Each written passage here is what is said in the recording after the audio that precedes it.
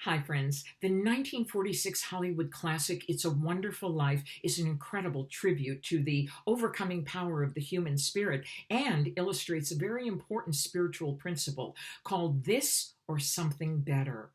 The film tells of a character named George Bailey who was very disappointed with the way his life had gone. It did not go as he planned, and so he was ready to end his life. Well, of course, in the film, he doesn't end his life, but he ends up seeing how much better his life was the way it happened rather than the smaller vision that he had planned. Today, I want you to get inspired about life.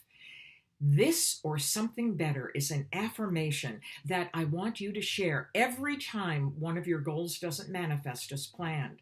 Somewhere there is a plan for your spiritual growth and unfoldment. And if we go with the flow, assume a non-resistant attitude, and affirm this or something better, we will eventually find out what it is and give thanks that life is greater and more loving than any of our plans. God bless you and have a wonderful day and a wonderful life. You deserve it.